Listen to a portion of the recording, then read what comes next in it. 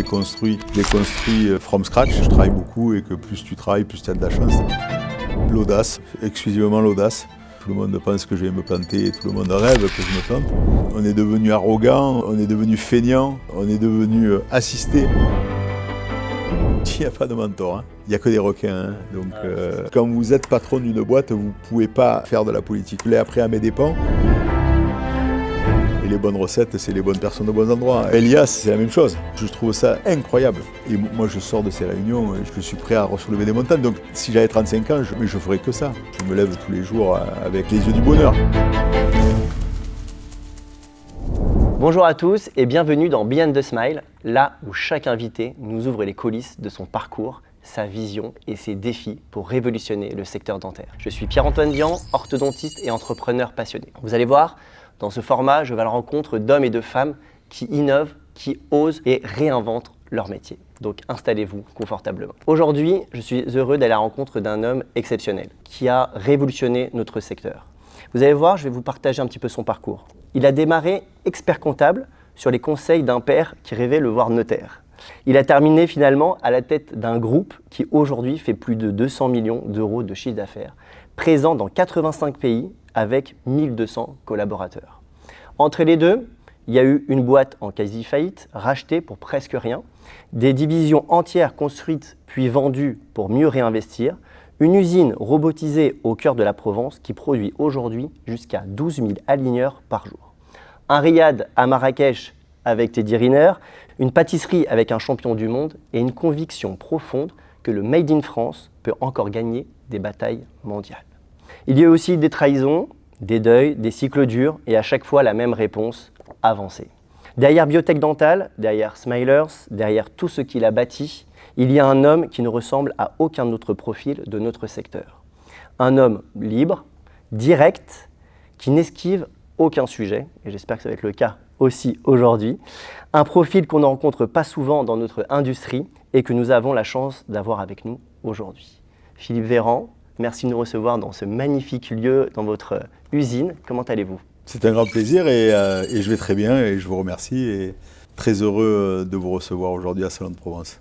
En tout cas, pour moi, c'est un vrai honneur de vous avoir dans Beyond the Smile. Vous nous faites confiance. Je me rappelle que je suis venu vous voir aux Journées de l'orthodontie cette année. Je vous ai parlé de mon projet de vous interviewer. Donc aujourd'hui, voilà, j'ai pas mal de questions pour vous.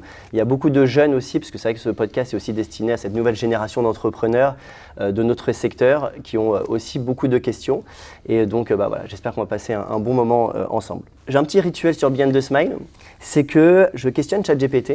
Et je demande à ChatGPT, décris-moi Philippe Véran en 5 mots-clés. Je vais vous partager un petit peu ce qui ressort et vous allez me dire si vous êtes d'accord avec lui.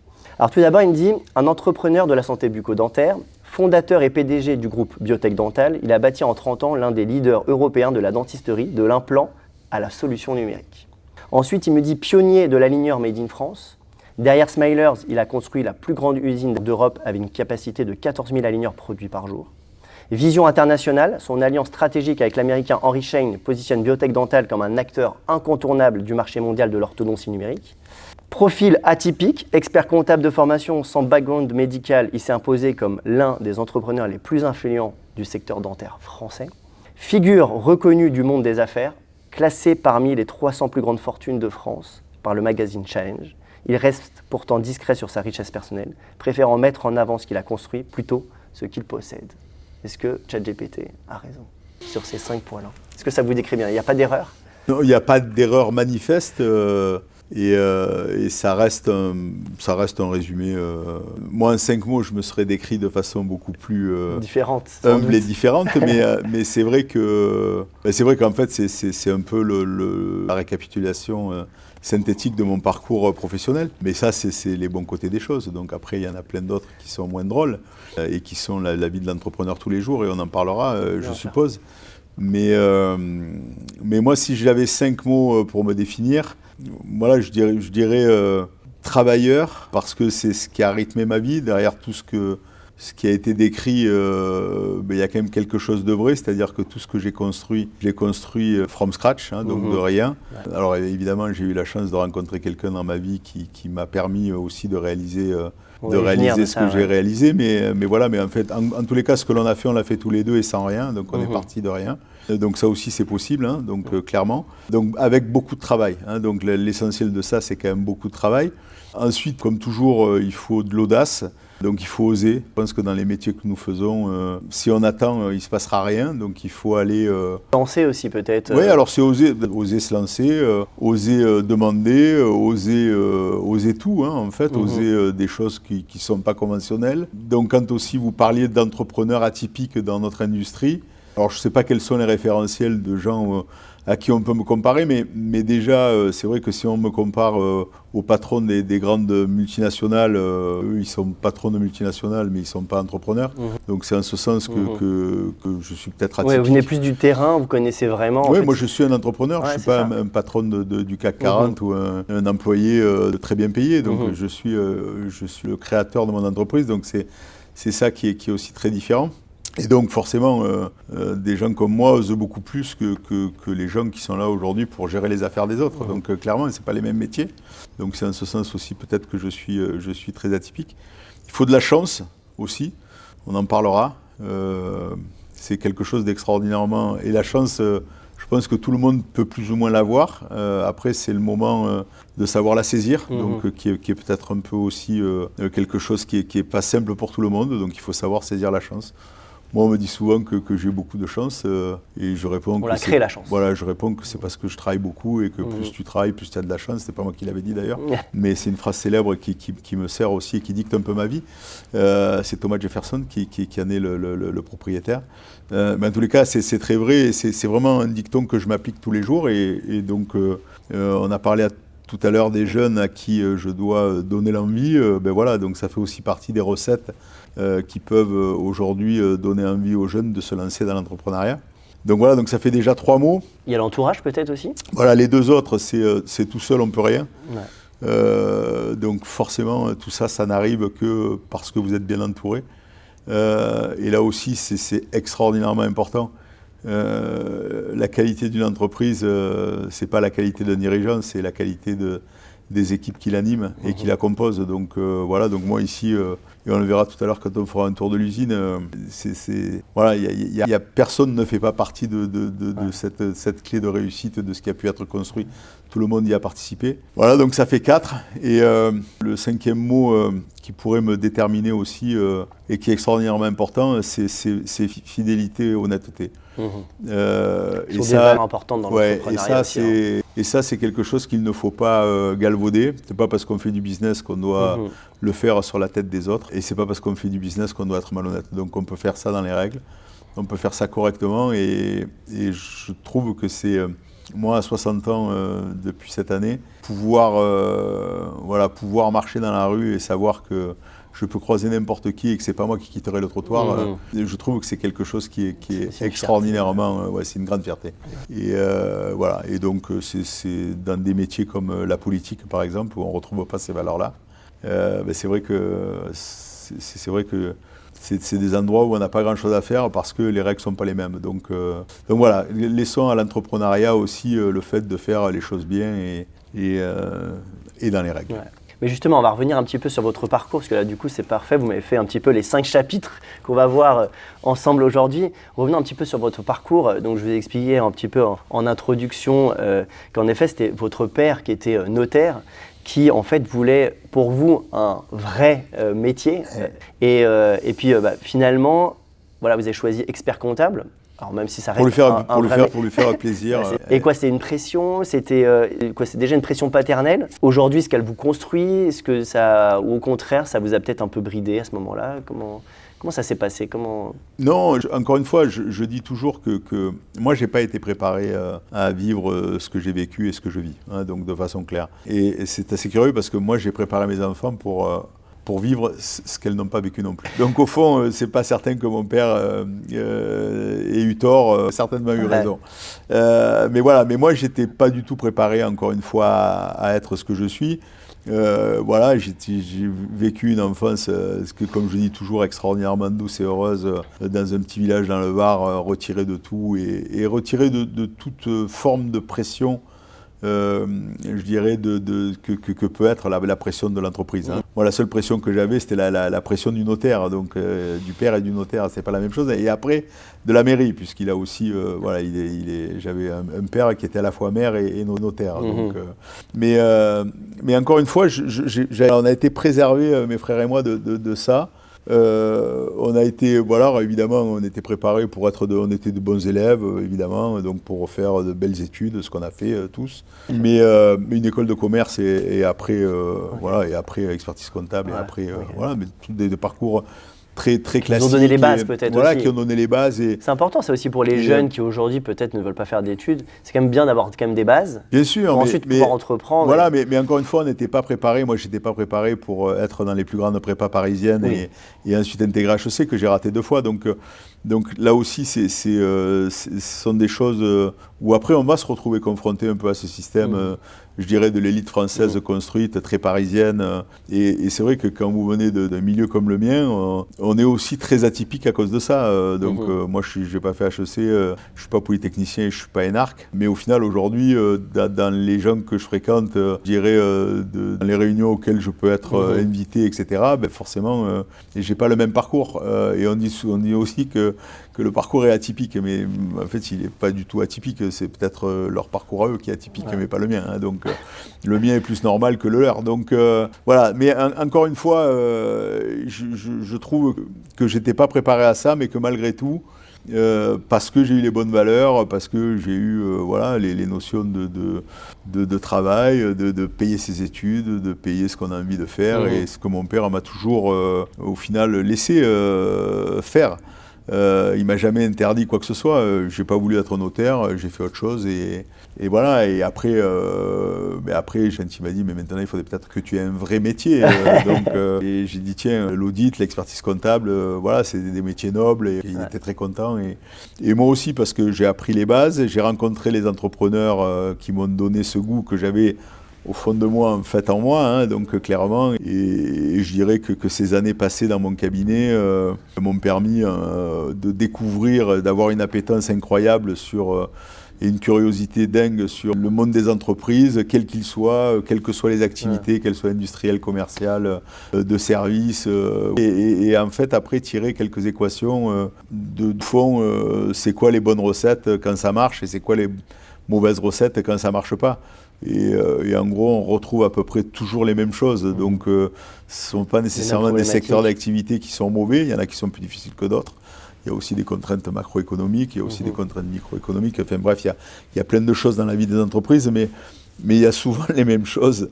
Les mauvaises recettes, c'est les mauvaises personnes, encore une fois, au mauvais endroit. Et les bonnes recettes, c'est les bonnes personnes au bons endroits. Ouais. Et ça, quelles que soient les entreprises. Tout à fait. Et aujourd'hui, on peut en tirer ces conclusions-là. Et comment on passe de expert comptable à « je vais racheter une boîte » ? Pareil, opportunité. Le dentiste qui avait créé Biotech dans mon cabinet, Francis Poulmer, qui est aussi une des personnes qui a beaucoup compté dans ma vie parce que, voilà, je veux dire, si aujourd'hui je suis là, je lui dois beaucoup de choses. Donc, encore une fois, de m'avoir donné envie et je dirais accès à cette entreprise et ce métier donc, que j'exerce aujourd'hui. Ce dentiste-là, il est client du cabinet, il s'en sortait pas bien avec son implant dentaire qu'il avait conçu et commençait à faire fabriquer, mais c'était dur quand vous êtes une toute petite entreprise et que c'est pas votre métier. Il faisait tout, Francis, donc c'était incroyable. Il prenait son implant, il fallait le promouvoir dans le monde entier, il fallait contrôler la fabrication, faire les ventes, etc. Donc c'était pas son rôle. Et avec une proposition en disant, tenez, Philippe... Non, mais c'est moi qui lui ai dit. Je lui ai dit, tiens, je connais quelqu'un, et c'est mon associé, qui est devenu mon ami et mon associé, qui lui intervenait dans le monde des prothèses orthopédiques. Donc rien à voir, mais pas si loin que ça. Ouais. C'est comme ça qu'on a racheté l'entreprise et que la belle histoire est née. Et que Biotech a intégré, je dirais, une activité orthopédique que Bruno a amenée. Et c'est comme ça qu'on a développé la chirurgie du pied et de la main, donc qui à l'époque aussi étaient des idées extraordinairement innovantes. Et si je vous dis pourquoi on a fait ça, vous n'allez pas le croire, mais c'était là aussi des idées à la fois de comptable que je suis, et de génie des affaires qui était aussi mon ami à l'époque. Donc on parlait que de prothèses de hanche et de genou, donc clairement. Bruno donc avait créé une entreprise où il importait du matériel des États-Unis pour vendre donc ces prothèses-là. Ça coûtait beaucoup d'argent parce que il fallait commander beaucoup de stocks, beaucoup d'instrumentation. Et à l'époque, en France, vous vendiez les implants, mais vous vendiez pas les instrumentations. Donc il y avait ce qu'on appelle un gros problème de BFR. Et donc plus votre chiffre d'affaires augmentait, plus vos lignes bancaires augmentaient. Donc c'était très très lourd à pouvoir gérer tout seul. Et donc quand son entreprise a été rachetée par Biomet, à cette époque-là, on s'est dit si un jour on veut refaire quelque chose dans l'orthopédie, on fera un truc avec où il y ait beaucoup moins de BFR, d'où les implants de la chirurgie du pied et de la main. Et à l'époque, il n'y avait pas de chirurgie particulière du pied, c'était les chirurgiens généralistes de l'hanche et du genou qui faisaient aussi qui faisaient tout. Il n'y avait pas de matériel spécifique pour la chirurgie du pied et on a développé avec un chirurgien toulousain une boîte donc spécifique à la chirurgie du pied. Et puis après, on a fait pareil avec la chirurgie de la main. Et c'est comme ça que Biotech Ortho est né et c'est comme ça que Biotech Ortho a eu un succès juste dingue sur une idée d'un financier et d'un commercial. Et c'est comme ça qu'est née cette aventure, cette aventure et cette division à l'époque de Biotech, puisqu'on avait des divisions dentaires, ortho, et on avait aussi la biologie. Pareil, qui a été créé parce que c'est un client qui un jour est venu me voir dans mon cabinet. Il m'a dit voilà, j'importe une marque des États-Unis, je vends du matériel de biochimie, je m'en sors pas, c'est parce que mon expert comptable est mauvais. Donc j'ai fait un rendez-vous avec lui et j'ai dit écoutez, je ne pense pas que ce soit votre expert comptable qui soit mauvais, mais je ne lui ai pas dit que c'était lui qui était mauvais, mais je lui ai dit juste la façon que vous avez d'appréhender votre business aujourd'hui, de toute façon ce sera forcément déficitaire et j'ai peut-être une idée où je peux régler une partie de vos problèmes. En gros, vous allez garder que vos vendeurs et on va s'occuper de tout le reste. Et du coup, on a intégré son activité et c'est comme ça qu'on a créé après Elitech. Et c'est aussi comme ça que l'aventure est née, d'un concours de circonstances, certainement pas d'une idée de génie que j'ai eue, c'est parce que j'ai bâti toutes mes entreprises comme ça, comme on n'avait pas d'argent. Mais voilà, on mutualisait tout, hein, donc c'est ça, au final, le Upperside, c'est ça. Biotech, c'est ça aussi. Hein, aujourd'hui, c'est ça. Et on a toujours tout mutualisé. Et c'est ce qui faisait qu'on avait le goût du grand alors qu'on était tout petit. Ouais. Et ça aussi, c'est aussi ce que j'exprime aujourd'hui aux entreprises que j'aide, qui sont toutes petites, en disant écoutez, branchez-vous sur quelque chose de beaucoup plus grand. Ne levez pas 1 million d'euros pour aller le cramer sur des choses qu'on a déjà. Utilisez uniquement ce dont vous avez besoin, parce que garder ce que vous avez de plus cher, c'est votre capital. Et c'est ça aussi que j'essaie d'expliquer aux jeunes entrepreneurs. C'est pas facile. Parce que maintenant, il y a un mindset qui a un peu changé. Aujourd'hui, on est un bon entrepreneur quand on a beaucoup levé. C'est pas ça le deal. On est un bon entrepreneur quand on a fait des bilans avec beaucoup de résultats et longtemps. Donc, c'est ça, un vrai bon entrepreneur. Donc, c'est sur la durée qu'on le voit et pas un one-set sur une levée. Donc, c'est aussi ça qu'il faut un peu changer dans la tête de cette jeune génération, je dirais French Tech post-Macron. Donc, il faut qu'on leur remette un peu les idées en place. Mais on y arrive. Revenons un petit peu là du coup sur votre parcours, parce que donc du coup, expert comptable, on rachète ou on s'associe, on travaille sur les deux volets en même temps, on est à la fois expert comptable, j'ai cru comprendre pendant plusieurs années. J'ai une vie de dingue, donc vous dormiez peu là. Alors je dors jamais, donc ça c'est une règle dans ma vie de très très peu dormir, alors c'est une chance, hein, mais quand je réfléchis à ce que je fais aujourd'hui et ce que je faisais avant, quand on me dit mais comment tu fais aujourd'hui pour gérer tout ça, je dis mais aujourd'hui mais c'est de la rigolade ce que je fais. À l'époque j'avais mon cabinet. Philippe, je vous coupe là, vous aviez quel âge à ce moment-là? 30 J'avais en fait entre 35 et 45 ans. Donc et là, vous étiez en même temps. Est-ce qu'on parle, parce qu'il y a beaucoup de jeunes qui nous écoutent, qui ont cet âge-là, 35, 40 ans, et je me projette aussi dedans. Ils ont une vie de famille aussi. Comment dans votre tête, là, on est comment? On est de business? Est-ce que en même temps, vous construisez votre vie de famille? Ouais, tout en parallèle? J'étais marié, donc j'ai eu deux enfants très, très jeunes. Hein. Ma première fille, je l'ai eue, j'avais 25 ans. Elles ont eu à pâtir de cette vie, hein, donc de cette vie compliquée, mais où j'étais quand même très disponible les vacances et le week-end, quand j'étais là le week-end. Mais voilà, mais j'essayais d'avoir le plus de temps, le peu de temps que j'avais pour ma famille, j'essayais de le consacrer à ma famille, clairement. Mais c'est vrai que c'est compliqué d'arriver à d'avoir une vie familiale, je dirais, structurée, avec une vie professionnelle aussi dense. Puisque à l'époque j'étais expert comptable, donc j'avais mon cabinet. Ouais.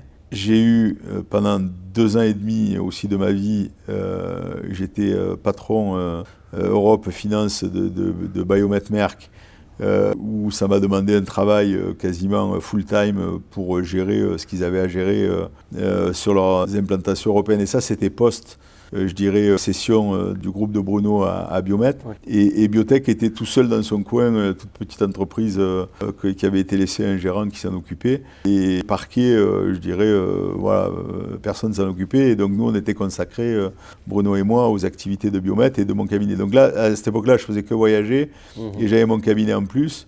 Et là, j'ai craqué à un moment donné, mais ça a été une opportunité. Donc chez Biotech, il y a eu un problème. Donc le gérant a fait n'importe quoi. Donc il a fallu. Et c'est là où voilà, j'ai dit à Bruno, je pense que je vais arrêter ce que je fais là parce que c'est pas possible. Toi, tu as un contrat avec les Américains, donc que tu dois respecter pendant 5 ans, respecte-le. Ouais. Moi, j'étais expert comptable, j'avais pas de contrat, donc je pouvais quitter quand je voulais. Et du jour au lendemain, j'ai tout planté chez eux, donc en disant voilà, j'arrête, je peux plus. Parce que pour ma vie familiale, c'était impossible. Je ne voyais plus mes enfants, je ne voyais plus ma femme à l'époque, je ne voyais plus rien. Et je ne pouvais plus m'occuper de mon cabinet, donc il fallait vraiment que je fasse un choix. Et en même temps, j'avais ce goût de l'entreprise et j'ai dit, tiens, Biotech, je vais m'occuper de Biotech, puisque ça ne va pas. Donc, et Bruno m'a dit, mais Biotech, il n'y a rien dedans, c'est une catastrophe, la boîte était quasiment en faillite. J'ai dit, ça ne fait rien, je reprends. Et voilà, et je suis parti de ça. Et donc ça, c'est une étape compliqué dans ma vie parce que vous êtes une espèce de star avec un salaire énorme et tout ce que là, et puis vous repartez petit expert comptable et tout petit entrepreneur d'une petite boîte qui est en train de crever.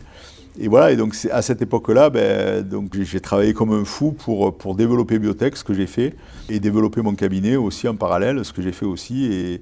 Et là, avec très très peu de temps non plus pour moi et pour ma famille. Et après, c'était aussi une volonté, je dirais, de tout le monde. Bon, après, ça, c'est pas forcément bien terminé d'un point de vue privé pour moi, mais ça, c'est. Aujourd'hui, j'ai refait ma vie et je la réussis très bien avec un vrai projet. On peut en parler aussi. C'est ma question prochaine, justement. Ben voilà, aujourd'hui, vous êtes avec votre épouse, Olivia, qui est avec vous 24 heures sur 24. Ouais. Est-ce que cet équilibre, ça vie pro, vie privée, vous avez réussi à le maintenir? Ouais, en fait, le problème, c'est quand vous avez un projet que vous ne partagez plus, en fait, c'est là que les problèmes commencent. Ouais. Là, vous avez la même vision, vous avez la même envie de se lever le matin pour les mêmes objectifs. On a un projet qu'on partage, c'est ça. Donc, et on le partage H24, mais encore une fois, c'est pas le projet qu'on partage H24, c'est notre vie qu'on partage. Donc, on a des moments très cool, des moments très busy, des moments, voilà, mais au fond, on n'est pas séparés par... moi, à l'époque, je me faisais aussi ma propre leçon de dire si je veux que ça réussisse, il ne faut pas que je ramène mes soucis à la maison. Donc, pour ne pas ramener les soucis à la maison, tu te dis, quand tu arrives à la maison, voilà, tu vois tes enfants, salut, et tu dois devenir de 0 à 180 degrés comme ça. Non, c'est pas ça la vie, malheureusement. Et la preuve, j'ai pas pu... l'entreprise, ça doit pas être... elle ne peut pas rester à l'extérieur de la maison. Et ça... Et j'essaie aussi de l'expliquer aux jeunes entrepreneurs qui sont avec moi. Et je leur dis, je rêverais que vous ayez raison. Le vendredi, tu finis à 17h et tu réouvres ta boîte mail le lundi à 8h. Mais je veux dire, moi, dans le week-end, il a pu se passer 12 000 choses sur lesquelles il faut que je réponde à la seconde parce que les gens attendent une réponse de moi, donc c'est pas possible. Donc comment aujourd'hui vous pouvez arriver à réguler, je dirais, votre business de cette façon? Ou alors c'est que j'ai raté quelque chose dans ma vie. Mais dans la vraie vie, c'est pas possible. Alors encore une fois, quand on a des entreprises qui sont importantes, quand on a des entreprises qui sont mondiales, quand on a des entreprises qui sont très diversifiées, voilà, après, toutes choses égales par ailleurs, mais moi, c'est pas possible. Donc, et je l'ai bien vu, dans ma vie antérieure, je pouvais pas laisser mon entreprise hors de la maison. C'est pas possible. Vous viviez pour votre business aussi. Mais ne serait-ce que le décalage horaire. Je veux dire, moi, je vis sur un créneau horaire aujourd'hui qui est H24. Donc, encore une fois, quand on finit la journée avec les États-Unis et on commence le matin avec l'Asie ou la nuit avec l'Asie. Donc c'est comme ça que ça fonctionne chez nous. Donc, il faut être très prêt à ça. Mais ce n'est pas une recette que je peux, encore une fois, dans le marbre. Oui, voilà. Je dis que moi, je n'ai pas réussi, en tous les cas, à classifier ou dire je mets une espèce de mur entre... Voilà, c'est très compliqué, très, très, très compliqué. Alors, on a compris la construction. Maintenant, ce que j'aimerais bien, c'est qu'on discute un petit peu du développement de votre activité, du coup, Biotech. Alors, vous l'avez dit, j'ai rien hérité, j'ai tout bâti tout seul ou avec mes associés. Du coup, j'aimerais bien voir un peu maintenant comment on passe de 1 million de chiffre d'affaires à 200 millions. Comment ça se passe? À quel moment ça switch À quel moment on s'entoure, on grandit, comment parce que vous avez dit, voilà, à l'époque, on n'était pas forcément biberonné par des levées, des choses comme ça, mais comment on arrive à ces montants-là, comment on arrive à construire tout ça, on s'entoure. Quelles ont été vraiment les décisions finalement les plus structurantes qui ont permis de ce changement d'échelle finalement? Alors, ce qu'il faut savoir, c'est que dans le milieu, là on prend biotech, mais de manière générale, voilà, mais j'ai construit l'e-tech que j'ai créé de zéro et qu'on a vendu 10 ans après et qui faisait 110 millions d'euros de chiffre d'affaires. Ouais. Donc, pareil pour Biotech Ortho, pareil pour Polychep, pareil pour les boîtes que j'ai eues dans le sport. Donc, je veux dire, on a eu des constructions de business pendant ces périodes-là qu'on peut agréger. C'est-à-dire qu'il n'y a pas que biotech. Donc c'est-à-dire que c'était encore plus gros que ça, hein, donc, clairement. Mais si on prend la partie biotech pure, donc qui nous intéresse aujourd'hui, si on dit biotech, quand je le récupère en 2000, 1 million d'euros, et biotech 2014, sous 7 millions d'euros, sur la partie dentaire. Donc on dit, mais qu'est-ce que tu as fait pendant quasiment 15 ans Ben oui, rien sur le dentaire, parce que j'ai fait tout ce que je vous ai dit à côté. Donc, mais sur le dentaire, donc si on prend voilà, 2014-2015 à maintenant, voilà, 7 à 200, ben oui, donc là on a fait beaucoup de choses. Donc on a mis des moyens, on a eu une croissance organique de folie, on a fait des acquisitions, on s'est associés, voilà, donc j'ai levé de l'argent, ce que j'avais pas fait par ailleurs avant chez Biotech, ce que j'avais fait chez Elitech mais pas chez Biotech, donc voilà, j'ai décidé de lever de l'argent chez Sofina à l'époque, hein, donc, qui était belge, donc une des plus belles structures de capital investissement minoritaire donc, qui existe aujourd'hui dans le milieu du private equity européen, qui m'ont accompagné pendant 5 ans, donc j'ai levé 50 millions. Et c'est ça vraiment qui a permis, c'est quoi le déclencheur? Parce que c'est ça qui est intéressant aussi, c'est de voir quel était le moment où vraiment ça a pris, quoi. Vous avez senti le truc? Ça a tout appris en même temps, en fait, et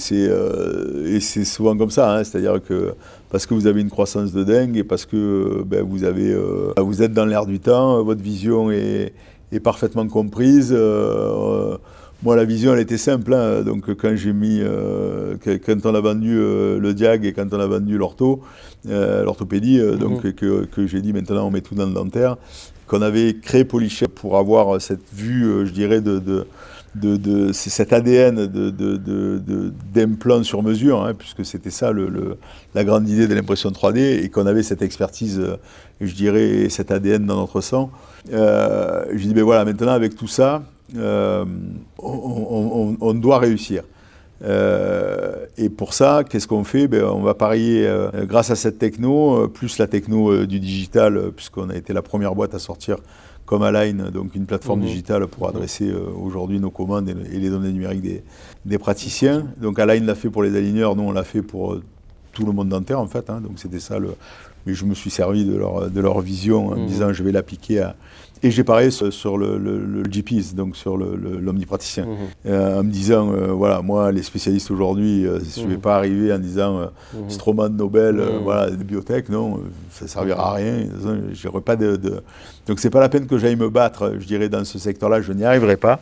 Donc commençons par les gens qui pourront devenir mes clients voilà, en leur apprenant le métier, en disant que l'implantologie est accessible, etc., qu'elle n'est pas réservée à une élite, voilà, un peu comme c'était expliqué à l'époque. Et voilà, et c'est ce pari-là qui a fait que moi je me suis adressé à un grand nombre au final, et qui a fait que ce grand nombre, à la fin, a adhéré et que c'est devenu ultra puissant et qu'après les autres m'ont copié aussi. Il faut dire qu'il y a plein de boîtes qui ont branché et qui ont dit, et les premiers, ceux qui étaient chez les spécialistes, les Stroman, Nobel & Co, donc la part de marché, dit, on ne va pas se faire bouffer par toutes ces boîtes qui aujourd'hui ont compris que le monde était ouvert à l'implantologie. Et voilà, et j'ai fait un bis repetita sur l'orthodontie, donc clairement. Et en disant aujourd'hui, regardez les marchés. Et les les implantos exclusifs de l'époque, qui étaient moyens, aujourd'hui ils sont très gros. Donc comme les orthos d'aujourd'hui seront ce qu'ils sont, mais ils seront encore plus gros dans 10 ans parce que les GPs auront permis de faire grandir ce marché, c'est ça la réalité. Donc il y a toujours une position pour les spécialistes et au début ça a été un peu mal compris par l'incursion de Smilers dans l'orthodontie, où on m'a dit mais dans la vérité c'était pas du tout pour enlever du business aux orthodontistes, c'était au contraire pour donner du business à tout le monde, et c'est ça la réalité, et pour soigner des patients au bout, parce qu'aujourd'hui, la réalité, c'est aussi que de nombreux patients sont soignés dans le monde, et tant mieux. Tout à fait. Alors, il y a peu de temps, on vous a entendu beaucoup parler au sujet d'une relocalisation de vos usines des États-Unis vers la France. Ouais. Ça s'est passé plus au moment où il y a eu la loi Trump. Oui, voilà. ça s'est passé au moment Comment où ça Trump s'est a pris été- cette décision aussi? Parce que ça a fait beaucoup parler. Je vous ai vu aussi beaucoup communiquer dessus sur LinkedIn ou quoi.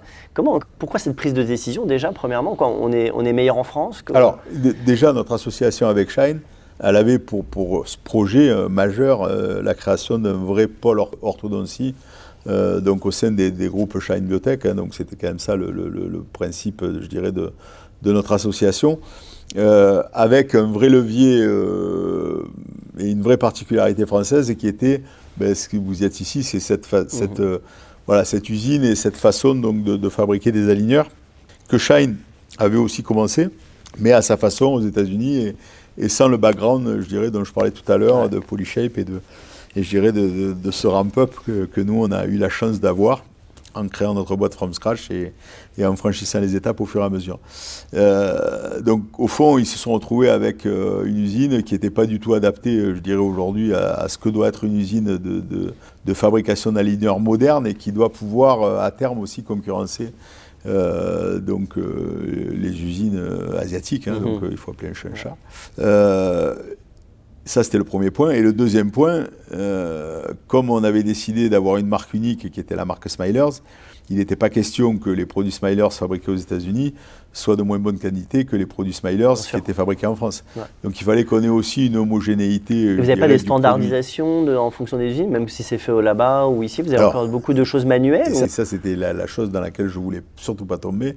C'est-à-dire que je dirais mon seul discours avec mes associés de Shine a été de dire les amis, là, on est venu, on a mis 15 millions d'euros dans cette usine, c'est pas aujourd'hui pour dire on va aller encore mettre 5 ou 10 millions aussi, alors qu'on en a 15 ici qui sont, voilà, et elle est ouverte justement à accepter de la prod, et donc il faut engranger de la prod. Donc aujourd'hui, vous produisez à peu près 12-14 000 aligneurs par jour? Non, ça c'est ce que je peux faire. Alors, aujourd'hui, on n'en fait pas, malheureusement, on n'en fait pas encore autant. Ça, c'est ce que vous pouvez faire. Bien sûr, c'est ce qu'on peut faire. C'est la capacité de prod. La capacité aujourd'hui, donc, alors ça dépend, là c'est pareil. Ce qu'il faut savoir dans ces métiers-là, c'est qu'il n'y a pas de moyenne. Malheureusement, okay, c'est-à-dire que quand vous avez un pays qui démarre, quand vous avez, j'en sais rien, moi, une fête, vous avez une fête aux États-Unis, donc vous avez une semaine avant, vous recevez 15 fois plus d'empreintes parce que les mecs se sont organisés, parce qu'ils vont fermer le cabinet. Enfin, vous êtes ortho, donc vous connaissez parfaitement tout ça. Donc voilà, donc on se retrouve parfois avec des pics voilà, des trucs de dingue. Donc il faut avoir aussi cette capacité de pouvoir absorber, savoir de dire ça nous arrive d'en faire 12 000, pas tous les jours, mais ça nous arrive. Donc voilà, il faut aussi savoir faire ça.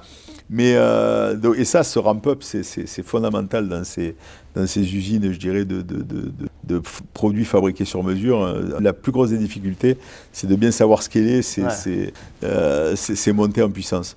Mais voilà, donc encore une fois, j'ai pas laissé la porte ouverte à négocier le fait de se dire on pouvait très bien avoir deux usines comme celle-ci, une aux US et une ici.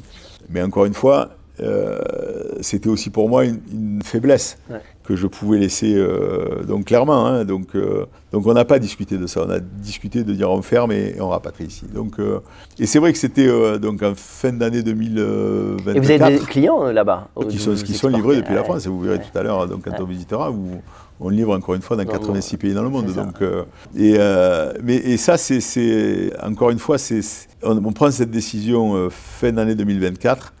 Trump est élu début 2025. Et avril 2025, il décide de mettre des droits de douane à tous les pays européens. Et nous, on démarre en avril. Donc la récupération de la production américaine. Voilà, donc c'était drôle, mais bon, on a survécu. Hein. Donc, mais voilà. Mais là, du coup, il y a une petite goutte qui coule sur le front à ce moment-là ou... Mais ouais, je me dis, est-ce que c'était une bonne idée? Est-ce que ça va pas remettre en cause le modèle économique? Et tout le monde était d'accord avec vous autour de la table pour fermer cette usine ou... Oui, ça s'est fait de façon très consensuelle. Okay. Parce qu'au fond, ce que les Américains qui sont extraordinairement pragmatiques ont compris, c'est qu'aujourd'hui, une biotech, elle n'est pas en capacité de dupliquer, encore une fois, un investissement de 15 millions. Ce n'est pas que la problématique des millions, parce que chez Shine, c'est beaucoup plus facile que pour Biotech. C'est les gens qu'il faut derrière. Et moi, aujourd'hui, ma problématique, elle était là, elle est de dire, mais moi, si j'envoie mes mecs qui aujourd'hui sont capables de dupliquer ce qu'on a fait ici aux États-Unis, mais moi ici, j'ai plus d'usine. Donc, et ça, il faut pas minimiser ces problématiques-là. C'est pas qu'un investissement financier. C'est aussi derrière les femmes et les hommes qu'il faudra mettre derrière pour que tout ça prenne bien, qu'on puisse faire. Et garder le standard. Là où vous êtes. Voilà. Donc c'est pas simple. Et Philippe, j'ai une question pour vous. Comment vous voyez le secteur de la dentisterie évoluer dans les 5 prochaines années je pense avec toutes ces innovations qui arrivent. Alors, je ne sais pas quelle est la question, si c'est comment vous voyez si c'est un volume, si non, comment vous voyez dans le monde du dentaire dans 5 ans? Est-ce que ce sera toujours le même? Alors oui, parce qu'on ne change pas les praticiens, mais en termes de technologie, comment vous voyez évoluer, comment vous voyez les choses? Voilà, j'ai une question qui est peut-être plus simple pour vous. Demain, j'ai Philippe Véran devant moi, qui a 35 ans. Dans quoi vous vous lancez en tant qu'entrepreneur avec j'aimerais bien, pas de fonds? Comme vous dites, j'ai tout à bâtir, j'ai l'envie, j'ai la niaque que j'ai. Vous foncez dans quoi? Alors, c'est 2 questions différentes. La première, si je peux répondre à la première sur comment je vois la dentisterie dans 5 ans, je pense qu'on va continuer à accélérer l'élargissement de la limite de compétences des praticiens.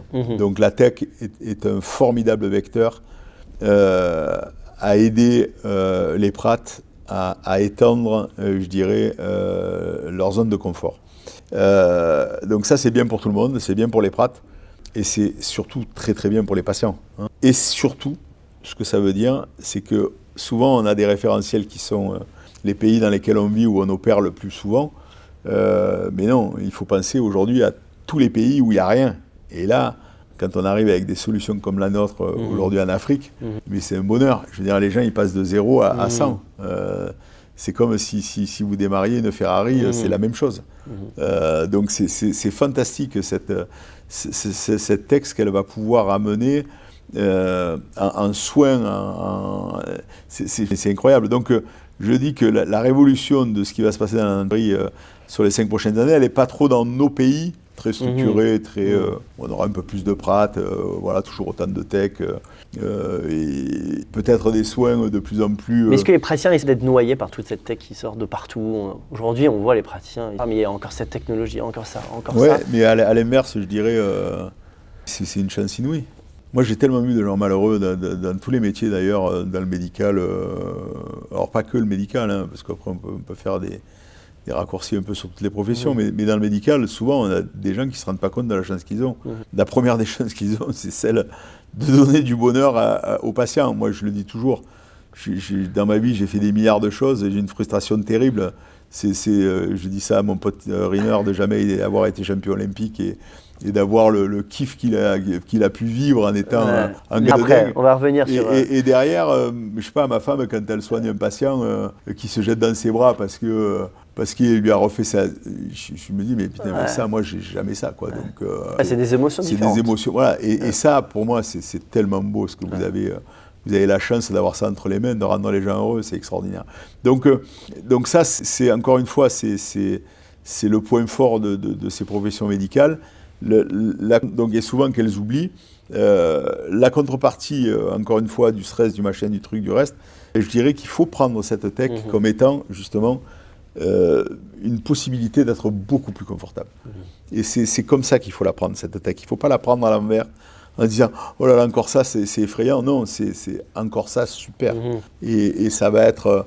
Je vais avoir des plans de traitement beaucoup plus pertinents. Je vais élever mon niveau d'analyse. Donc, ouais, bien sûr, il ne faut pas encore une fois, que l'IA soit la béquille des praticiens. Ça veut dire que les praticiens doivent continuer à être toujours de plus en plus forts. Ok, c'est ça aussi l'idée. C'est que cette techno, elle tire tout le monde vers le haut et pas qu'elle remplace. Parce que si elle remplace, c'est un drame atomique. Donc il faut... Voilà. Donc c'est je prendrais que le sens positif de la chose. Il faut que ça tire tout le monde vers le haut et qu'on prenne ça comme étant une vraie chance et certainement pas une contrainte supplémentaire.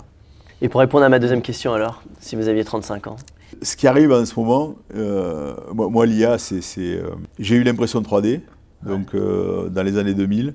Voilà, quand un jeune ingé est venu me voir pour me dire tiens, j'ai une thèse là-dessus, est-ce que ça t'intéresse? Je cherche une entreprise dans le médical, c'est un projet européen, ça va durer 2 ans. Et j'ai trouvé Airbus pour l'aéronautique, j'ai trouvé Schlumberger pour l'industrie, je trouvais personne dans le médical, toutes les grosses boîtes ne sont pas intéressées. J'ai dit on y va, nous. On est parti là-dessus, donc c'est cette notion de pouvoir fabriquer des implants de toutes les formes avec une machine donc, qui est imprimée par addition. Ça m'a fasciné. Et ça a fasciné, ça a transformé Biotech clairement. Et ça a transformé le monde dentaire. C'est pas moi qui l'ai transformé, après tout le monde l'a utilisé, mais aujourd'hui on parle d'impression 3D chez un dentiste comme si on parlait du moteur d'implanto. Donc c'est okay, donc c'est basique. L'IA c'est la même chose. L'IA aujourd'hui, moi je me lève tous les jours avec les yeux du bonheur. Je trouve ça incroyable. Mais quand je dis incroyable, j'avais une réunion avec chez Upperside, j'ai pris quelqu'un en plus pour chapeauter toutes les activités du groupe, donc tout confondu, parce que j'ai la même chose chez Biotech, mais j'ai encore un cran au-dessus chez Upperside pour pouvoir appliquer l'IA partout. Et donc voilà, j'avais une réunion, comme je fais avec lui tous les mois, de synthèse pendant 4 heures sur tous les projets IA du groupe.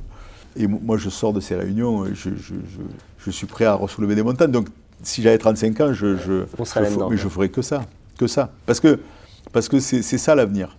Clairement, il est là l'avenir. Et l'avenir, il va être de reconstruire des métiers, de reconstruire des filières, de refaire des choses, de pouvoir refaire des choses en France qu'on ne pouvait plus faire. Les chances sont infinies. Uniquement si on les prend, encore une fois, à bras-le-corps. Si par contre on le laisse faire aux autres, forcément c'est quelque chose qui nous passera sous le nez. Mais justement, vous parlez de la France, je sais que vous prenez le Made in France, vous êtes un peu le porte-parole à l'international aussi du Made in France, mais vous dites aussi que vous n'avez jamais vu autant la France souffrir que ces dernières années. Est-ce que c'est uniquement un constat d'homme d'affaires ou est-ce que vous voyez vraiment le pays changer ? Non, c'est le pays qui change. Aujourd'hui, on est en train de souffrir de tout ce que je déteste dans mon pays, c'est-à-dire on est devenu arrogant, on est devenu feignant, on est devenu assisté, on est devenu un peuple où je dis qu'il y a plus de gens qui contrôlent que de gens qui font. Et on est devenu aussi un peuple qui, encore une fois, dans notre système d'État-providence tel qu'on a pu l'imaginer donc il y a 50 ans,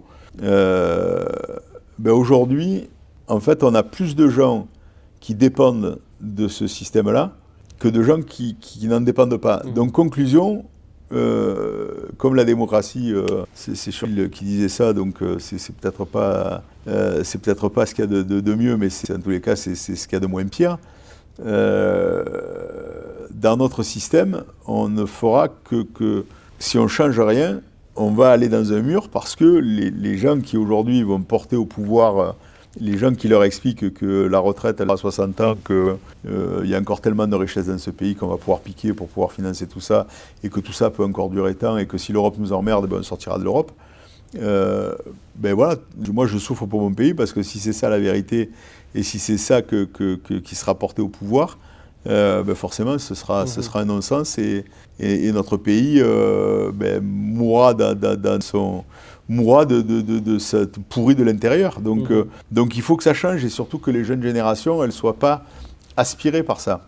Moi, quand je vois un jeune aujourd'hui qui vient travailler chez moi et qui me demande combien de jours de télétravail il peut avoir, ses RTT, ses machins, ses trucs, et si en plus il n'aime pas les pommes de terre, donc là je peux dire il ne peut pas travailler chez Biotech. Donc c'est pas possible. Donc il faut pas qu'on ait ces générations.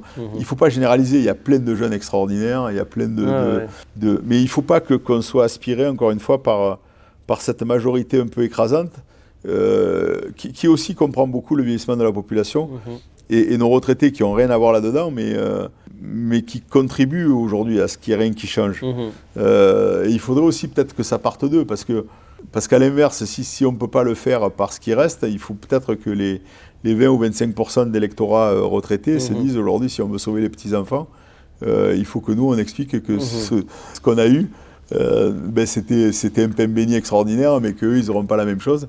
Et donc, il faut peut-être qu'on arrête de continuer à en vouloir plus sans produire et en coûtant, parce que c'est ça aussi le truc, et avant qu'il reste rien, ou avant que le FMI vienne siffler la fin du match et nous dise, comme en Grèce ou en Argentine, comment il faut faire pour que le pays se redresse. On part un peu sur la politique, tout ça. On n'a pas fait de politique. Non, on n'a pas fait de politique, ouais. mais ça va être ma question suivante. On va faire juste une petite parenthèse. Vous m'avez dit en introduction, mon papa, il était aussi à moitié à la mairie, à la moitié dans son cabinet de notariat. Je sais que vous avez été un des premiers soutiens de Macron au début. Aujourd'hui, il me semble que vous êtes un petit peu déçu. En tout cas, je vous ai écouté, je vous ai suivi un petit peu déçu. La politique aujourd'hui, vous l'avez balayée, ou c'est quelque chose quand même qui vous attire dans votre profil? Mais la politique ne peut pas être exercée par les entrepreneurs aujourd'hui. Alors, moi, j'ai fait de la politique à l'échelle locale et j'ai participé à la transformation de ma ville et j'en suis heureux. J'ai fait 2 mandats, donc là, j'ai arrêté, mais j'aurais pu continuer parce que c'était...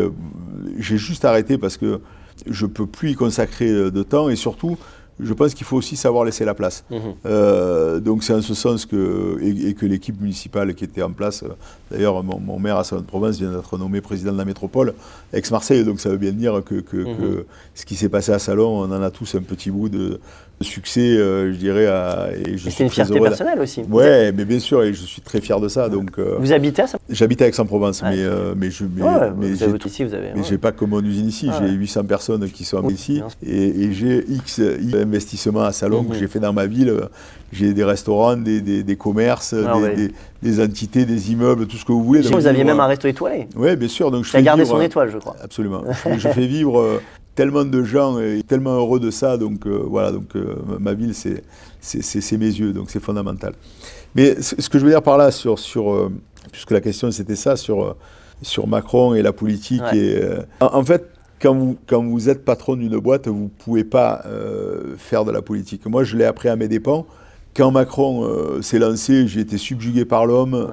J'ai participé à la création d'En Marche. J'ai participé à l'organisation quand Macron a annoncé Open Mirabeau, donc placé à 15 km de Salon, voilà, c'est pas pour rien. Donc qu'il s'est déclaré à la présidence de la République. Bref, donc quand j'ai fait tout ça, tout de suite après, j'ai eu la sanction des dentistes, des clients. Ouais. Et là, je me suis dit, mais ça a fait parler dans le milieu. Énorme. J'ai pris des messages il faut blacklister biotech, le mec il fait des trucs atroces. Et moi, j'ai fait ça avec une naïveté extraordinaire, mais sans penser au mal. En plus, Macron, sincèrement, c'était une idée de... Personne n'y croyait, je veux dire. Après, c'est sûr que quand il a été élu, tous ceux qui m'avaient envoyé des messages pourris et machin, etc., donc c'est sûr que là, ils ont pris un peu de recul. Là. Et en se disant, mais merde, mais si il est vraiment aussi, qu'est-ce qui va se passer? Mais il n'en a rien à foutre de finir ministre. Et pas du tout, pas du tout ça. Mais voilà, mais bref, donc moi j'ai été très fier de faire ce que j'ai pu faire avec le président. Maintenant, ce qu'il a fait après, ça c'est un autre problème. On n'est pas forcément d'accord avec tout ce qu'il a fait, et moi le premier, clairement. Mais en tous les cas, pour reparler de l'entreprise et de la politique, là j'ai compris que c'était pas possible de faire de la politique. Clairement.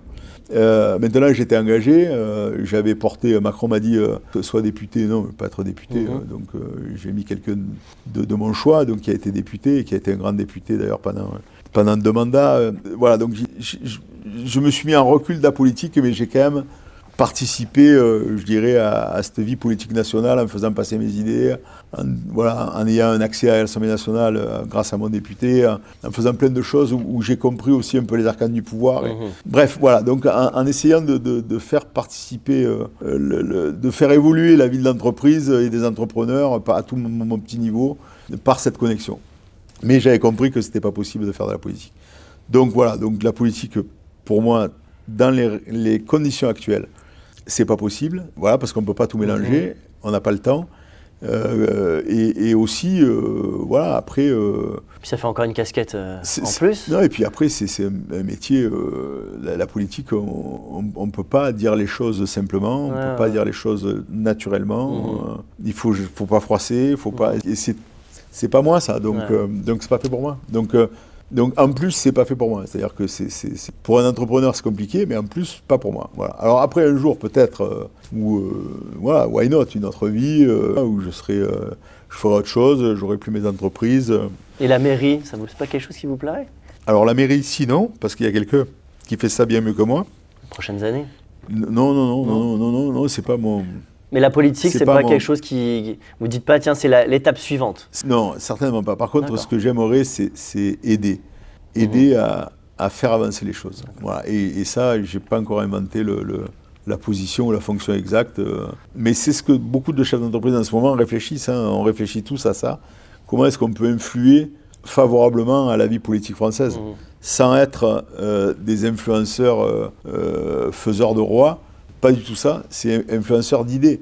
Donc est-ce qu'aujourd'hui, c'est pas notre devoir de pouvoir infuser les bonnes idées à tous ceux qui les prendront, parce que c'est ça la réalité, peu importe qui, le tout c'est qu'il faut qu'elles soient défendues, ces idées.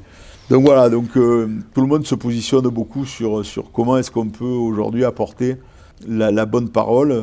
Moi par exemple, pour la réforme des retraites, j'avais exprimé au président une idée de dire, regardez, moi dans mon entreprise, je sais expliquer aux gens pourquoi il faut repousser l'âge de la retraite et pourquoi il faut changer la règle. Clairement. Il ne faudra pas que de la répartition, il faut changer les règles, ça ne pourra pas continuer comme ça.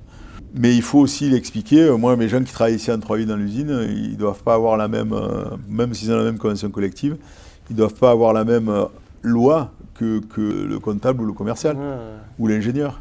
Ils souffrent. Donc c'est pas la même chose. Les mecs à la logistique qui font 5h à 22h, c'est pas la même chose. Donc pourquoi pas avoir aussi une réforme un peu plus laissée sous le contrôle des entreprises? Parce que même à l'intérieur de l'entreprise, plutôt que ce soit le jeune Attal à 30 balais qui n'a jamais rien fait dans sa vie hors de la politique et qui va aller expliquer à un maçon. On sent que vous n'allez pas voter Attal au prochain. Non, si, mais j'adore. Non, mais c'est pas le problème. Non, mais c'est parce que c'est lui qui défendait la réforme des retraites. Et comment voulez-vous qu'il soit légitime? Bien sûr. Pour aller expliquer à un maçon de 62 ans qu'il peut faire 2 ans de plus? Non, ok, donc il faut que tout ça soit...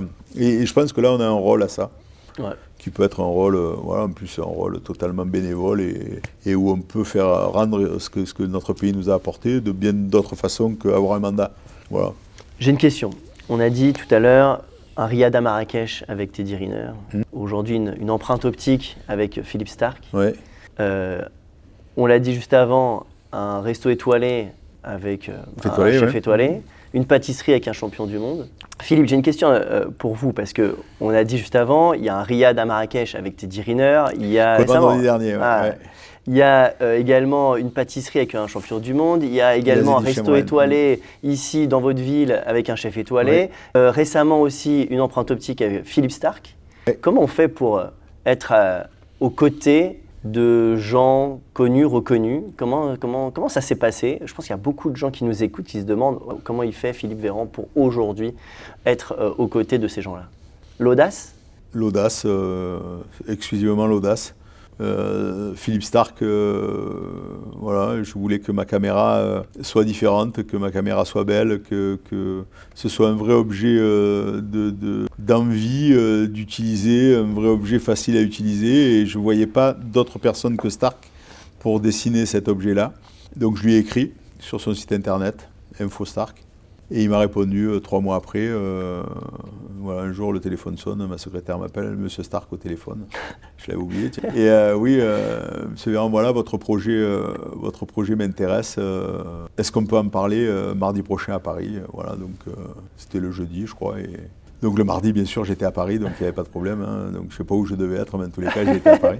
Et voilà, et c'est né comme ça. Après, c'est un coup de foudre. Après, c'est comme tout. Après, quand vous rencontrez les gens dont vous faites 1000 façons de vous les représenter et de les idéaliser, après, les gens, quand vous les connaissez, ils sont comme vous et moi. Ils sont très accessibles, très différents de l'image que vous en faites. Donc, Est-ce que derrière, il y avait déjà une stratégie internationale, mondiale? Je vais m'associer avec Philippe Starck. Non, mais bien sûr, ce projet-là, il était, je voulais avoir les clés du succès, et vous verrez qu'en plus tout le monde m'attend avec cette caméra et tout le monde pense que je vais me planter et tout le monde rêve que je me plante. Mais donc je le dis à tout le monde que mais c'est une association qui coûte cher quand même. Que ce rêve, ce cauchemar pour eux et pour moi. Mais non, mais c'est une prise de risque aussi à ce moment-là. C'est quoi? Et la prise de risque, elle est plus pour lui que pour moi. Ah oui? Ben oui. Parce que la prise de risque, elle est plus sur un projet compliqué, projet d'une caméra, projet en plus chez nous, cette caméra, c'est aussi un peu l'histoire de ma vie. J'ai cru dans cette empreinte optique la première fois en 2011. Donc ça fait bientôt 15 ans quand Duret m'a exposé son projet. Duret, donc l'inventeur fou de tout, de toute la dentisterie. Un mec incroyable, un génie hallucinant. Le gars qui avait écrit sa thèse en 1973 pour expliquer ce qu'est la dentisterie aujourd'hui. C'était en inventant Internet, puisqu'il expliquait qu'on pourrait transférer des fichiers. Personne n'y croyait. Non, personne n'y croyait, donc ça aussi c'est... Et donc Duret me dit, voilà, aujourd'hui, cette empreinte optique qui n'existait pas, puisqu'à l'époque, il n'y avait rien qui existait, ni les 3G, il y avait 3M, donc, qui avait sa première machine, PrimeScan, le premier truc énorme. Et il me dit, en fait, cette techno-là, c'est de la merde, parce que dans 10 ans, si on fait ça, en fait, il n'y aura plus que des Chinois ou des Coréens. Voilà, parce que ça coûtera trop cher et ce sera comme pour la photo, le machin, le truc, il teste tout. Donc il y a une seule techno qui peut marcher, c'est la photogrammétrie. Donc ça, c'est... Et pourquoi la photogrammétrie? Parce qu'en fait, on aura une pièce à main où il n'y aura pas de coût énorme, et derrière, ce sera que du soft. Et voilà, et donc on parle là-dessus, et moi, ça me reste ancré là-dedans. Je me dis, l'empreinte optique, forcément, ça va changer le monde, et tout le monde en aura. Ouais. Et 10 ans après, c'était le cas, donc clairement. Et deux, t'es pas loin d'avoir raison qu'il y ait presque plus que des Chinois, parce que je pense que si on continue, si nous on n'arrive pas avec une solution aujourd'hui, je pense que dans 3 ans, il restera que des Chinois, donc de façon claire. Puisqu'aujourd'hui, c'est même eux le Graal, c'est-à-dire qu'aujourd'hui, on parle de la caméra Shining avec photogrammétrie, comme étant le Graal du scanner intraoral, et qui a mis les trichèpes, les machins, fait tout le monde à la diète, parce que voilà, en plus, non seulement il copie, mais maintenant, en plus, il crée, donc il copie-crée, donc comme ça, au moins... Bref. Donc ce mec-là avait raison et j'ai juste eu à gérer dans une entreprise que en fait je n'ai rachetée qu'en février 2020, c'est-à-dire 14 jours avant le confinement. Donc cette entreprise, je l'ai rachetée là et c'est ce jour-là, enfin c'est à partir de ce moment-là, quand j'ai contrôlé l'entreprise, que j'ai dit voilà, je vais faire ma caméra, et je la ferai avec Stark et ce sera un vrai projet évidemment mondial. Parce que je veux transformer, encore une fois, avec ce produit, je veux que la France, d'abord je veux que ce soit un produit français, c'est un produit français, tout est fait en France. De Philippe. Fait par De Philippe, et ça va être un produit incroyable. Et donc voilà, encore une fois, le risque, il est plus pour lui de me faire confiance sur la qualité et la réussite de ce projet que le mien a signé un produit Stark, clairement. Alors c'est peut-être un secret polichinelle, mais c'est quoi? C'est un deal 50-50? C'est quoi? Comment? Non, pas du tout. Pas du tout. Lui, il gagne des royalties aujourd'hui sur chaque vente. Et moi, je vais dessiner le truc gratuitement. Non, pas gratuitement. Ah voilà, c'est pour ça que donc ça a un coût. Bien sûr. Il a plus à perdre que nous, on a à perdre. Non, mais nous, c'est le coût de Stark aujourd'hui est infinitésimal avec les millions d'euros depuis que j'ai investi dans ce projet. Ça n'a strictement rien à voir. Je dis juste que le coût de Stark, c'est aussi... C'est pas que le fait de je dessine un truc et après, non, je conçois le produit et je le contrôle à chaque étape. Stark, aujourd'hui, il est là à chaque étape de la production. Ouais. Aujourd'hui, il est là. Oui, c'est pas juste je dessine, quoi. Mais c'est un truc de fou et il vous met des contraintes partout parce que voilà, on a été obligé pour cette caméra, on a imprimé quand il a dit il faut qu'elle soit bending comme ça. On a trouvé ça génial qu'elle soit bending, mais du coup la caméra, on n'a plus que pour l'électronique, on n'a plus que ça pour utiliser le truc, quoi. Parce que tout ça, on peut pas s'en servir, quoi. On peut pas faire des cartes électroniques comme ça. Donc on a dit putain, l'idée, elle est géniale, mais comment on va faire pour tout mettre là-dedans, quoi. On a les cartes électroniques, elles sont surimprimées sur 8 couches. On a fait un film là qui va sortir parce que je voulais qu'on filme la production. Bien sûr. Ok, c'est fait en France dans des usines françaises et je voulais qu'on montre ça, donc que notre caméra, que les dentistes qui l'achètent comprennent comment est fabriquée une caméra. Aujourd'hui, cet appareil photo, on ne sait pas comment il est fabriqué. Mais là, moi, la caméra, quand le dentiste qui va l'utiliser, il saura aussi comment elle est fabriquée. Et ça, c'est extraordinaire parce qu'on peut montrer en France qu'on a des... Voilà, ce projet-là, aujourd'hui, c'est un projet de multi-entreprise. Il faut voir le nombre de gens qui ont travaillé sur ce projet-là. C'est juste dingue. Et quand on va arriver au bout, puisqu'on est au bout, là, c'est juste fantastique. Belle aventure, aussi humaine, je suppose, dans ce genre de choses. Actionnariale, financière, techno, ce que vous voulez. Voilà, donc, alors j'aimerais revenir sur Smilers, faire une petite parenthèse dessus. Aujourd'hui, On voit le packaging qui vous démarque un petit peu aussi de la concurrence. La concurrence est rude. Maintenant, aujourd'hui, vous l'avez parlé, il y a Eulan, il y a Spark, il y a... Oui, il y a des centaines de boîtes. Et il y a des dinosaures. Aujourd'hui, qu'est-ce qui fait de vous que vous arrivez à vous distinguer? Alors oui, il y a le Made in France, mais aujourd'hui, je pense que c'est difficile d'aller voir les dentistes et dire oui, on est Made in France, donc utilisez ma solution. J'ai cru comprendre qu'il y avait énormément de technologies mises, que ce soit avec de l'IA, des choses comme ça. Qu'est-ce qui fait la différence aujourd'hui avec Smilers par rapport à la... Déjà, c'est un beau produit. Ouais. Voilà, donc vous verrez comment il est fabriqué. Il est fini comme des bijoux. C'est encore aujourd'hui, c'est un dispositif médical. Je rappelle quand même que quand on est arrivé dans ce marché-là, il n'y avait pas de dispositifs médicaux en alignement. Align, c'était pas une medtech, hein, okay. C'était une tech, mais c'était pas une medtech. Maintenant, c'est une medtech parce qu'on est medtech et que les autres sont medtech. Mais l'ISO 13485, personne ne savait ce que c'était. Le marquage sur les aligneurs, personne ne savait ce que c'était. Le nettoyage des aligneurs, personne ne savait ce que c'était. On va parler de ça, on a mis 2 ans pour se faire valider le nettoyage des aligneurs. Ouais. Mais quand vous avez un numéro 1 mondial qui fait des millions et des millions depuis des années, vous pensez qu'il a peut-être un système de nettoyage qui fait que ça a été approuvé? Pas du tout. Donc ça veut dire que les aligneurs ne sont pas nettoyés. Combien d'entreprises aujourd'hui livrent des aligneurs qui ne sont pas nettoyés? Plus que d'entreprises qui livrent des aligneurs, ok, clairement. 2, poli, fini. Donc tous nos aligneurs sont polis, finis. Donc il y a une touche manuelle. Il y a une touche manuelle parce qu'il y a un contrôle. C'est je finis, je vois. C'est bon, je classe. C'est pas bon, j'enlève. Ok. Pareil pour les implants. Tous nos implants sont fabriqués, vus, contrôlés. Très important. Aujourd'hui, tous les contrôles métro que vous faites sur vos machines, l'œil humain, il voit des choses que personne ne voit. Et c'est lui qui dit si c'est bien ou si c'est pas bien. Mais la machine, elle ne sait pas faire ça. Mais c'est ça qui demande autant de monde alors? Bien sûr, mais ça, c'est une volonté. Aujourd'hui, on vend quand même un produit qui va aller être un traitement qui pourra être vendu par certaines personnes entre 4 000 et 6 000 euros le traitement. Donc j'estime quand même qu'à ces niveaux de prix-là, je pense que le patient il a le droit d'avoir quelque chose d'une qualité inouïe. 3e point, pourquoi nos aligneurs sont aussi différents, c'est qu'on les vend comme un dispositif médical avec une belle expérience patient de quelque chose de beau qui va remettre son sourire au droit. Parce que le patient, même s'il y a un traitement fonctionnel, et je ne vais pas refaire de la médecine dentaire, ce n'est pas le débat aujourd'hui, ça reste aussi un produit où à la fin, si le patient va dans cette vue-là, c'est pour avoir un beau sourire. Okay, donc il faut qu'il ait un beau produit et qu'il ait un bel environnement produit. Donc on essaie de se démarquer en prenant les codes du marketing du luxe, en prenant les codes de plein de boîtes, et pour que cette expérience patiente soit partagée à tous les niveaux.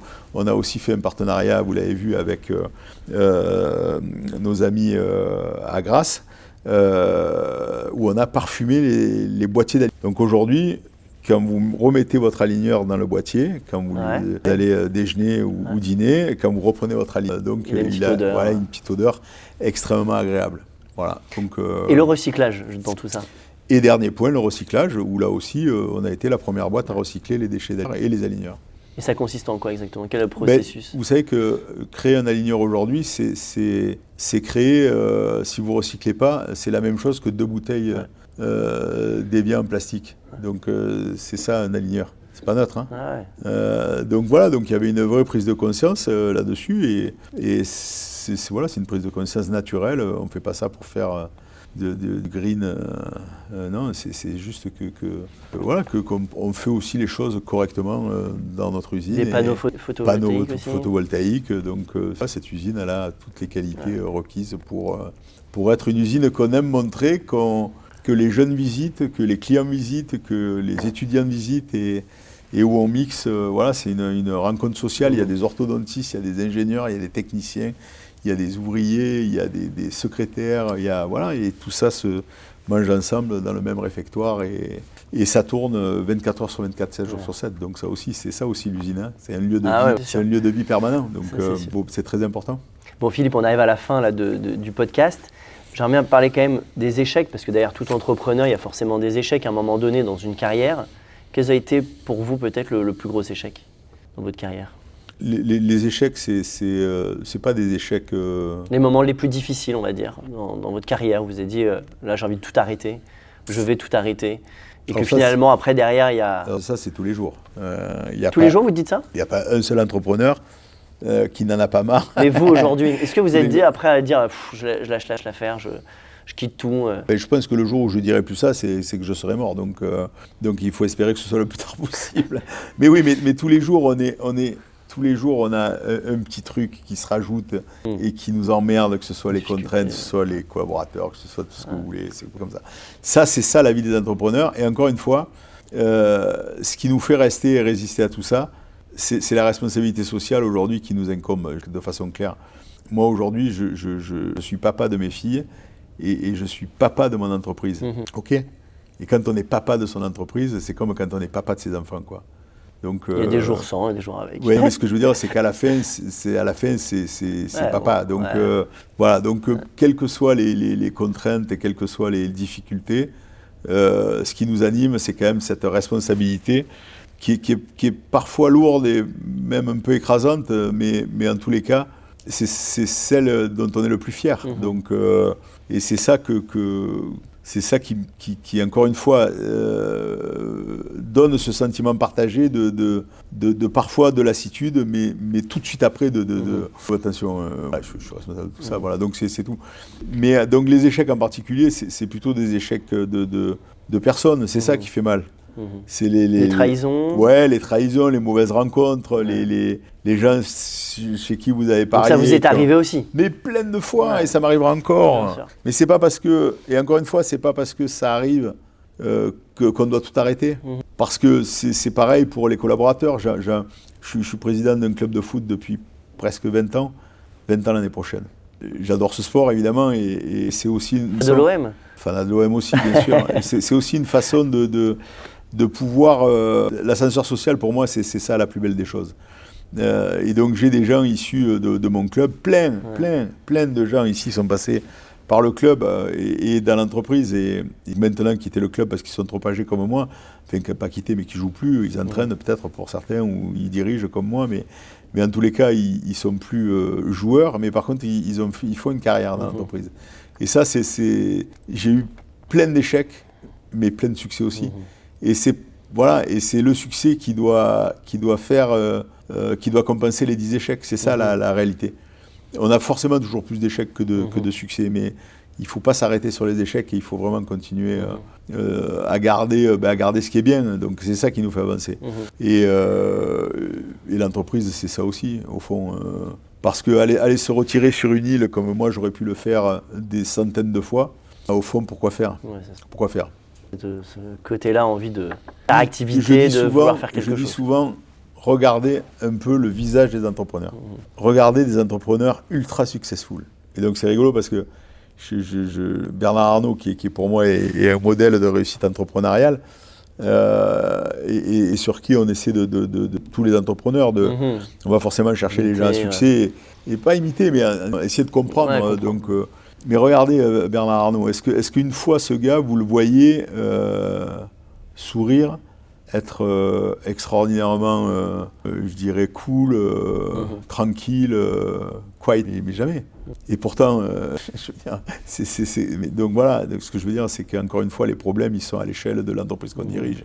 Donc ces gens-là, ils dirigent des monstres et forcément, ils ont des problèmes toute la journée. Et en plus, en haut, quand vous êtes en haut, vous vous rendez compte que d'abord, tous ceux qui sont en dessous de vous essaient de vous préserver de ce qu'ils pensent être les choses qu'il faut, évidemment, que vous ne soyez pas au courant, pour vous préserver. Et au fond, quand ça vous arrive, parce que forcément ça arrive, souvent c'est trop tard, ou là, d'un petit problème qui aurait dû être comme ça, il est comme ça. Donc en clair, plus vous êtes en haut, et plus vous avez une entreprise importante ou des activités différentes, plus vous n'avez que des problèmes à régler. Donc c'est aussi ça c'est ça le rôle aussi du dirigeant. Et donc moi, souvent on me dit, ma mère à chaque fois qu'elle me voit, elle me dit, oh là Philippe, tu vois, que des problèmes. Ma vie c'est de régler des problèmes. Voilà, c'est ça, mon bonheur c'est de régler des problèmes. T'imagines, c'est extraordinaire. Mais c'est ça notre métier, donc il faut pas, donc forcément, et c'est pour ça que je dis tous les jours, mais non, mais tous les jours je dis ça parce que c'est ça au fond ma réalité, ok ? Si je voulais bien qu'on prenne 2 minutes, parce qu'on parle des échecs, on parle aussi des moments difficiles. Je sais que vous avez perdu des êtres chers aussi, notamment Bruno, on a discuté tout à l'heure, qui était votre associé. Très récemment, il y a eu Cédric aussi qui vous a quitté. C'est aussi des moments d'une vie d'une entreprise, des moments où pour l'homme que vous êtes, qui sont difficiles. Ça, c'est Ça, c'est des moments terribles. Mais- Les échecs dont on parlait tout à l'heure, c'est du pipi de chat à côté. Ouais. Quand vous perdez un être cher à côté de vous, Ça vous fait prendre du recul sur certaines choses? Est-ce que ça vous... Comment c'est quel Philippe qu'on a face à qu'on apprend ça? C'est quelqu'un d'abattu, quelqu'un qui veut se battre pour eux, ou tout à la fois? C'est quel sentiment qui se mélange à ce moment-là? Un Philippe en colère, envie de pleurer, Oui, les deux personnes dont vous parlez qui étaient très proches de moi se sont décédées dans des conditions très très différentes. Hein, donc, mais Bruno, bien sûr que j'étais révolté parce que pour moi, il est mort à 66 ans sans profiter de ce qu'il aurait pu être une retraite heureuse et plus douce et profiter de tout ce qu'on a fait tous les deux. Maintenant, quand je réfléchis à ce qu'on a fait ensemble et aux souvenirs qui resteront à jamais inscrits dans ma tête et dans mon cerveau, et je me dis qu'on a eu une vie qui était juste dinguissime, quoi. Donc voilà, mais c'est toujours trop tôt pour partir.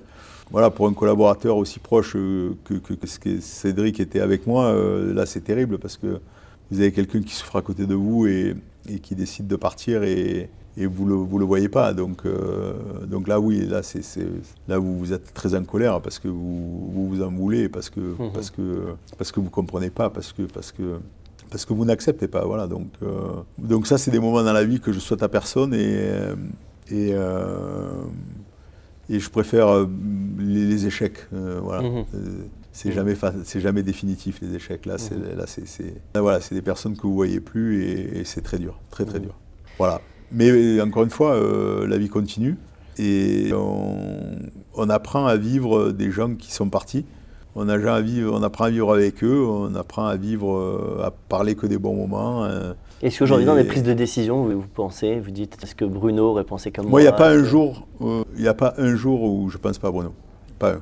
D'abord parce qu'il est avec moi tout le temps, donc en photo, et que tout me rappelle lui tous les jours. Donc voilà. Et comme il n'y a pas un jour depuis que Cédric est parti où j'ai pas eu un instant dans la journée où je n'ai pas pensé à Cédric, parce que c'était aussi quelqu'un avec qui j'avais appris à vivre et à partager ma vie, puisqu'il était voilà, on travaillait tous les deux uniquement, voilà, il travaille qu'avec moi, donc c'est particulier comme c'est la seule personne qui ne travaille qu'avec moi dans le groupe, hein, donc voilà, donc forcément c'est des relations particulières. Mais après, Bruno, j'ai mis du temps à faire son deuil, mais je l'ai fait avec le temps et je l'ai fait avec beaucoup de force. Donc maintenant, ça m'apporte de la force. Voilà, donc, et Cédric, j'espère qu'un jour aussi, j'aurai passé la colère pour être plus apaisé et pouvoir aussi faire ce que je peux faire aujourd'hui en pensant à mon ami Bruno, ouais, clairement. Merci en tout cas pour ce partage. Merci. Qui est aussi intéressant pour aussi tous ces jeunes entrepreneurs. Je veux terminer juste avec une dernière question, justement, qui est pour ces jeunes entrepreneurs, pour cette nouvelle génération. Si aujourd'hui vous aviez un conseil pour ceux qui se lancent, un en particulier qui ressortirait, ça serait quoi? Allez-y, foncez.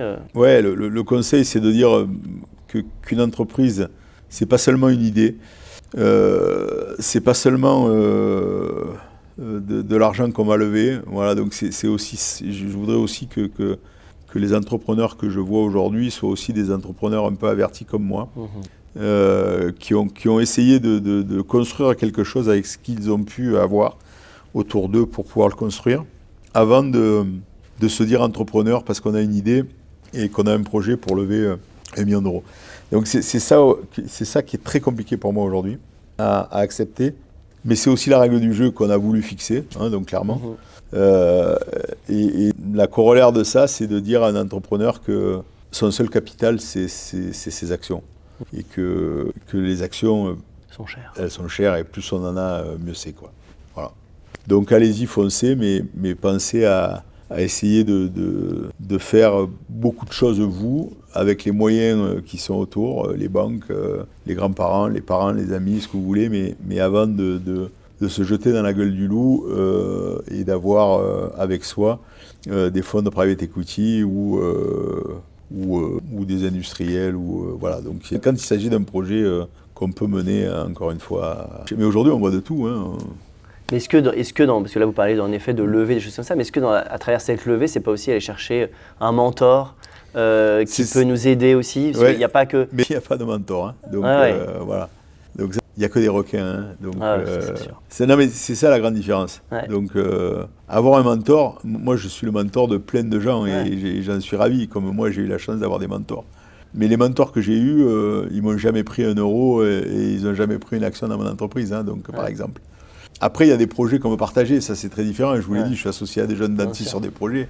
Je suis associé avec plein de gens, jeunes ébénistes là qu'on a repris, mais c'est un kiff inouï. Donc, mais c'est des gens qui ont déjà qui ont prouvé. Ils ne sont pas arrivés en disant voilà j'ai une idée, elle vaut 5 millions, prenez 10%. Non, ils sont là à dire voilà j'ai créé ma boîte, machin, maintenant c'est avec vous que je veux être pour aller.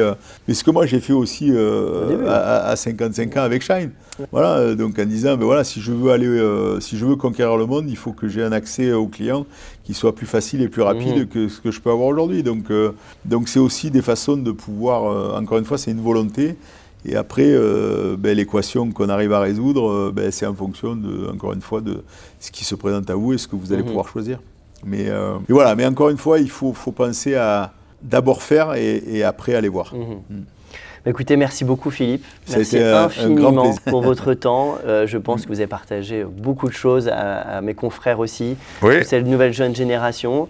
On repart avec énormément d'informations, beaucoup de choses très intéressantes. Donc encore merci 1000 fois de nous avoir accueillis ici à Salon de Provence. Plaisir partagé en tous les cas. Si cet épisode vous a inspiré, n'hésitez pas à vous abonner à Beyond the Smile. Si vous avez aimé cet épisode, n'hésitez pas à liker ou à nous mettre 5 étoiles sur votre plateforme d'écoute préférée. Et on se retrouve très prochainement pour un prochain invité. À bientôt.